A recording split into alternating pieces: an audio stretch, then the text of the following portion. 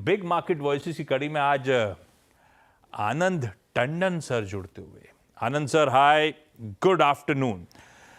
आनंद sir आप आए हो और इस बीच माहौल मूड भारतीय बाजारों का बढ़िया सुधर रहा है, अच्छे मूड से लगातार अच्छी तेजी के साथ कामकाज। निफ्टी बैंक तो ऑलमोस्ट अपने रिकॉर्ड हाईज को किस करने की तैयारी में है। ऐसे में ये मान लूं कि अब गिरे वेरेगा, कूल ऑफ होगा, कंसोलिडेशन होगा अपनी जगह, लेकिन स्टॉक मार्केट्स के लिहाज से वो जो टैरिफ टैंट्रम सरदर्द इज द वर्स्ट ओवर। हमने क्या जो रीसेंट लोज बनाए थे हमने बॉटम इन प्लेस है, ऐसा मान लूं कि एटलीस्ट एक रीजनेबल कॉन्फिडेंस के साथ।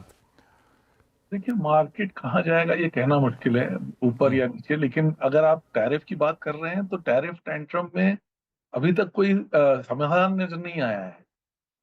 ना तो इंडिया के साथ कोई डील हुई है अभी तक, और चाइना के साथ जो डील हुई है, अगर आप देखें, जब दोनों बड़े सबसे बड़ी दुनिया की इकोनॉमी अर्थव्यवस्था पे आपने 100% से ऊपर का टैरिफ लगा दिया आपस में, तो वहां पर जो है वॉल्यूम कम हो जाएगा। अगर आप आज के दिन कंटेनर बुकिंग देखें जो यूएस की तरफ जा रहा है, वो आधे से कम हो चुका है। तो अगर पूरी ग्लोबल इकोनॉमी में 1% से ज्यादा गिरावट होने की संभावना है, तो ऐसा नहीं हो सकता कि कोई भी इकोनॉमी अर्थव्यवस्था ऐसी हो दुनिया में जहां पर उसका नेगेटिव प्रभाव नहीं पड़ेगा। तो अगर हमारा मार्केट वापस उस लेवल पे चला गया जहां पर जो अनाउंसमेंट था लिबरेशन डे पे, उस लेवल के ऊपर आप जा रहे हैं, तो आप ये समझ के चलिए कि यहाँ से ऊपर की तरफ ना तो आपके पास कोई सेफ्टी है, ना आप ये फैक्टर इन कर रहे हैं कि कोई नेगेटिव आपकी का प्रभाव होगा ये सब टैरिफ के कारण। तो ये डेंजरस प्रपोजिशन है, क्योंकि प्रभाव आपके ऊपर भी आएगा और शायद नेगेटिव ही आएगा। थोड़ा सा इस बात का ध्यान रखिए। ये बात सही है, टैरिफ के फ्रंट पे अभी सब कुछ सुलझा तो है नहीं, उलझा ही हुआ है, क्लैरिटी है नहीं, अभी भी रीजनेबल अनसर्टनिटी ही है। होगा क्या, हम होप जरूर कर रहे हैं कि बायलैटरल एग्रीमेंट हो रहा होगा तो शायद कुछ कंफर्ट मिल रहा होगा, पर ग्लोब अगर दिक्कत में रहा तो हमारे लिए भी दिक्कतें बनी रहेंगी। टंडन सर, आपकी प्रिफर्ड थीम्स वगैरह पे आऊं मैं, कहाँ नज़र रखनी चाहिए जब मार्केट जिस तरह से अब इंच अप कर रहे हैं? तो उससे पहले आईटी, खैर 2 नंबर्स आ गए, हम कमज़ोर सा अनुमान लेके चल रहे थे, उससे भी डिसअपॉइंटमेंट ही हाथ आया है, चाहे वो टीसीएस हो, चाहे वो इवन कल आए विप्रो के नंबर्स हो। आईटी चीज़ें बदल रही हैं। वो पहले होता था मैसिव, हर क्वार्टर बढ़िया ग्रोथ, लगातार तेजी तूल पकड़ती रहती थी, अब वो दिन लगते हुए नजर आ रहे हैं। हाँ, बीच में जरूर 2 फाइनेंशियल ईयर ऐसे आए थे कोविड के बाद कि फिर से लगा था बाकी बढ़िया ग्रोथ, सुपर नॉर्मल ग्रोथ के ईयर्स आए, पर मामला अब एकदम ठंडा पड़ गया है। ये आईटी पर लॉन्ग टर्म नजरिया आप लोग का बन क्या रहा है? क्या बहुत कुछ अब बदलाव है? उस तरह की super normal growth, above average growth, वो दिन खत्म आईटी के पूरी तरह से? बढ़िया कैश फ्लो जनरेट करती रहेंगी, डिविडेंड रोल आउट्स का इंतजार करते ना, इससे ज्यादा अब ज्यादा एक्सपेक्ट ना करें ग्रोथ के फ्रंट पे? ये ऐसे ही समीकरण बैठने वाले हैं आईटी के क्या? मेरे हिसाब से आपने जो कहा वही होगा, क्योंकि एक तो जो बेसिक मॉडल है इंडियन आईटी का, कि आप आदमी यहाँ से या आप सर्विसेज यहाँ से एक्सपोर्ट करें और वहां पे आप डॉलर में बुकिंग करें और इंडिया रुपी में पेमेंट करें। ये जो है दो चीजें हो रही हैं। एक तो ये कई कंपनियां जो है खुद जीसीसी बना रहे हैं, ग्लोबल कैपेबिलिटी सेंटर, वो खुद अपना बना रहे हैं। तो इसमें जो हमारी आईटी कंपनियां हैं उसका उसमें कोई खास फायदा नहीं हो रहा है। और दूसरी चीज क्या है कि, और ये मेरे हिसाब से पूरी तरह से फैक्टर नहीं हो रहा है, कि जो एफिशिएंसी आपको मिल रही है एआई के कारण, उसके कारण जो है हो सकता है कि आपको नियर टर्म मार्जिन शायद कंपनी में इम्प्रूवमेंट भी हो। लेकिन जो रिक्वायरमेंट होती है आईटी प्रोफेशनल की, स्पेशली कोडर्स, अब जो है कंसल्टेंट थोड़ा आप अलग रखिए, जो कि इंडियन आईटी ज्यादा करते नहीं है, लेकिन जो बेसिक कोडिंग है वो काफी हद तक जो है आपको कम लोगों से कर पाएंगे। और इसके कारण दो चीजें होंगी। एक तो आपके जो नंबर्स हैं रिक्रूटमेंट के, वो गिरने वाले हैं। बल्कि अगर आप देखें, इस बार ऑलरेडी पहली तिमाही में टीसीएस ने कहा कि टोटल 600 आदमी ऐड करेंगे। जो कंपनी 40,000 लोग को लेती थी साल में, वो अब 600 लोगों की बात कर रही है। और इसका प्रभाव आईटी से ज्यादा बाकी कंपनियों पे पड़ेगा, क्योंकि हमको ये सुनते सुनते काफी टाइम हो गया है कि इंडिया जो है डोमेस्टिक कंजम्पशन स्टोरी है। रियलिटी ये है कि 50% of real estate, for example commercial real estate, grade A building जो है, वो आईटी के लिए होती है। अगर आपकी आईटी की जो रिक्रूटमेंट है वो कम हो जाता है, तो वो डिमांड गायब हो जाएगी। क्या चीज आपको दिख रही है इस वक्त जिससे बाकी आपको कोई इसका जो स्लैक बन रहा है वो टेक ओवर करे।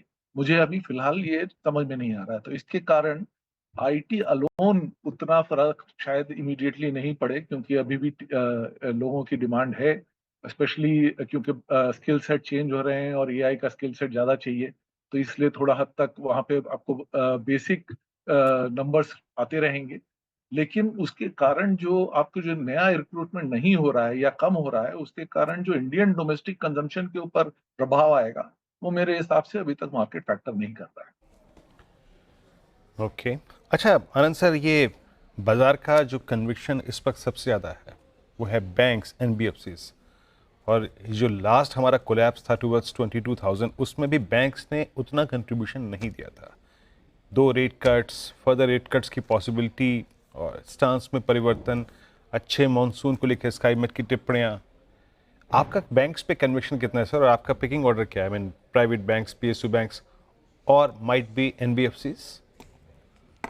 देखिए, जहाँ तक बैंक्स और एनबीएफसी का सवाल है, मेरे हिसाब से ये थोड़ा-सा रिलेटिवली चीपर सेक्टर है और जैसे आपने कहा उतना बढ़त भी नहीं हुई थी, इसलिए उतनी गिरावट भी नहीं हुई है। और अब जो है, क्योंकि आपके इंटरेस्ट रेट्स फिर से आना कम होने शुरू हुए हैं, तो मार्जिन तो जो बीच में स्क्वीज़ हो रहा था एनआईएम, वो शायद आपको फिर से थोड़ा-सा बढ़ता हुआ नज़र आएगा। क्लियरली जो कंपनियाँ लायबिलिटी प्रोफाइल बड़ी बढ़िया ले सकती हैं, जो कि डिपॉज़िट अच्छे सस्ते रेट पे ले सकते हैं, वो आप फ़ायदेमंद होंगे और उसमें आपको टेक्नोलॉजी चाहिए, क्योंकि आजकल कोई बैंक जाता नहीं। तो जहाँ तक टेक्नोलॉजिकली एडवांस्ड बैंक हैं, वो भले प्राइवेट सेक्टर हों या पब्लिक सेक्टर हों, वहाँ पर आपको ध्यान देना चाहिए। उसमें क्लियरली प्राइवेट सेक्टर का थोड़ा-सा अभी तक फ़ायदा है, क्योंकि वहाँ पर टेक्नोलॉजी थोड़ी-सी बेटर रहती है। हालाँकि पब्लिक सेक्टर में भी वो गैप कम होता नज़र आ रहा है। लेकिन अगर आपको लेना ही है, तो अगर आप फ्रंटलाइन प्राइवेट सेक्टर और सबसे बड़े पब्लिक सेक्टर बैंक्स में ध्यान दें, तो वही बेहतर रहेगा। शेयरी पिकिंग करने की ज़रूरत नहीं है, छोटी कंपनियों में डिपॉज़िट को आपको फिर भी हायर रेट पे लेना पड़ेगा। जहाँ तक बचा एनबीएफसी का, एनबीएफसी आपसे बोरो कर रहे हैं बैंक से। उनका मार्जिन हमेशा स्क्वीज़ रहेगा, वो खाली ये है कि कंज़्यूमर के पास भी उनको हायर रेट पे देने की सहूलियत रहती है। लेकिन जैसे मैंने कहा, मेरा मानना है कि डोमेस्टिक कंज़म्पशन डिमांड डिस्क्रिशनरी के ऊपर नेगेटिव प्रभाव पड़ने वाला है, तो इसलिए मैं एनबीएफसी के ऊपर उतना तवज्जो नहीं दूँ। ओके ठीक है सर, एनबीएफसीज को आप इतनी तवज्जो नहीं देंगे, लेकिन एक अंश जो ब्याज दरों में कटौती को और कमी को बहुत अच्छी तरीके से हाथों हाथ लेता है, जिसमें रियल स्टेट आता है, रियल स्टेट इंसिलरी आता है। उसके बाद हमने पिछले 4 एक दिन से सर बहुत अच्छा मूव देखा है हाउसिंग फाइनेंस कंपनियों में। यहाँ पर आपका तर्क क्या कहता है? हाउसिंग फाइनेंस कंपनियाँ ठीक हैं, मेरे हिसाब से वो बेहतर तरीका है रियल एस्टेट को इन्वेस्ट करने के लिए।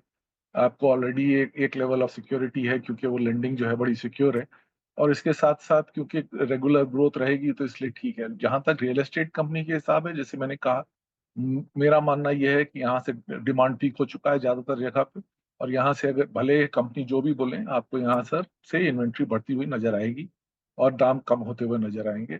मैं इस वक़्त रियल एस्टेट के ऊपर थोड़ा-सा अंडरवेट हूँ।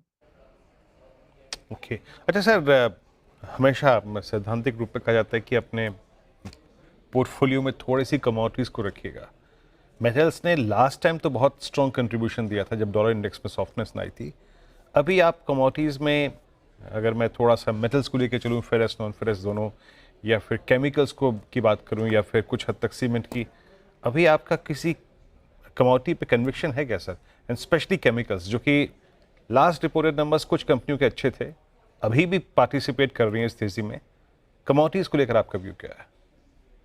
देखिए, कमोडिटी सिक्लिकल होते हैं, इसके कारण आपको टाइमिंग के ऊपर ज़्यादा ध्यान रखना पड़ता है और ये लॉन्ग टर्म के लिए आप कोई व्यू नहीं ले सकते। केमिकल्स इस मामले में थोड़े से बेटर हैं, क्योंकि कई कंपनियां जो हैं वो पिछले साइकिल में 3-4 साल पहले काफ़ी अच्छा कर रही थी, उसके बाद पिछले कुछ सालों से फ्लैट रहा है। अगर चाइना के ऊपर पाबंदी रहेगी, तो केमिकल्स हमारे ऐसे हैं जहाँ पे थोड़ी हद तक हमको फ़ायदा हो सकता है एक्सपोर्ट के लिए भी और कई कंपनियों ने पिछले 2-3 साल में कैपेसिटी काफ़ी बढ़ाई है।